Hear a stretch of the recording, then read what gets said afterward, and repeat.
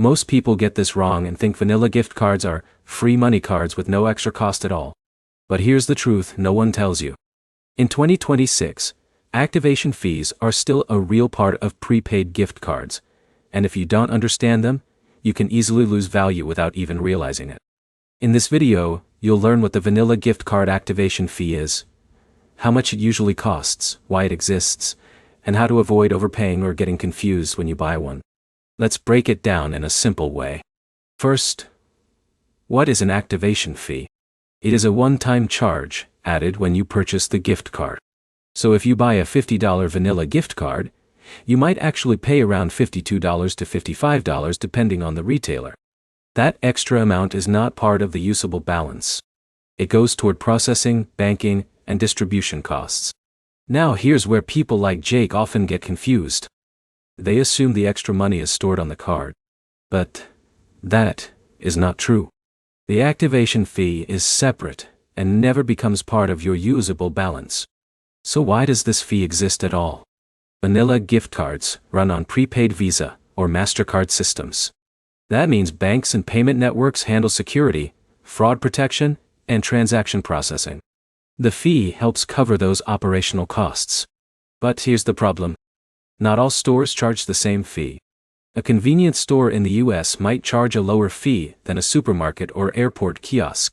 So the final price depends heavily on where you buy it. Now here's where it gets interesting. Some users like Alex try to avoid the fee by buying discounted gift cards online. While this can work, it also comes with risk.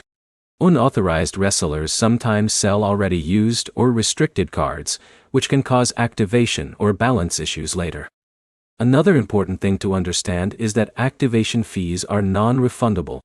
If you return the card or do not use it, you do not get that extra fee back. Only the remaining balance rules apply. So how can you protect yourself? First, always check the final price before paying. Second, buy only from trusted retailers like major supermarkets or official partners. Third, always keep your receipt because it is required if you ever need customer support. One more thing people miss is that activation fees vary by region. In some countries or states, the fee can be slightly higher due to local regulations or taxes. So it is always smart to confirm before purchase. To make it simple, think of the activation fee like a service charge. You are not losing your card value, but you are paying for the system that makes the card usable worldwide. Now, let's quickly summarize. Vanilla gift card activation fees are normal. They are added at purchase, they do not go on your balance, and they vary by store and location.